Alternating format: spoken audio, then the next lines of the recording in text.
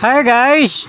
Cooking time ulit tayo para sa araw na to at magluluto tayo ng hipon. Maraming klase na po tayo na pwedeng iluto sa hipon. May hilabos na hipon, garlic butter with hipon, at ngayon ay hipon with oyster sauce ang iluluto natin guys. So meron tayong butter, garlic, oyster sauce, ang ating hipon, at magic syrup lang ang pampalasa natin dyan. So let's start guys. Simple lang guys at madali lang itong lutuin, pero sure na winner sa sarap at sustansya ng ating seafood na hipon. At mayaman ang hipon sa magnesium. Magluto na tayo guys. Let's go!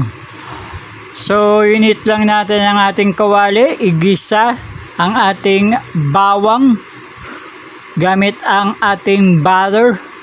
So, pabayaan lang siya na magisa ang ating bawang, at kumari lagyan din siya ng konting oil para hindi masunog ang ating bawang. Then, pwede nyo rin siyang lagyan ng sibuyas or kamaris, at pagkatapos lagyan natin ang ating hipon.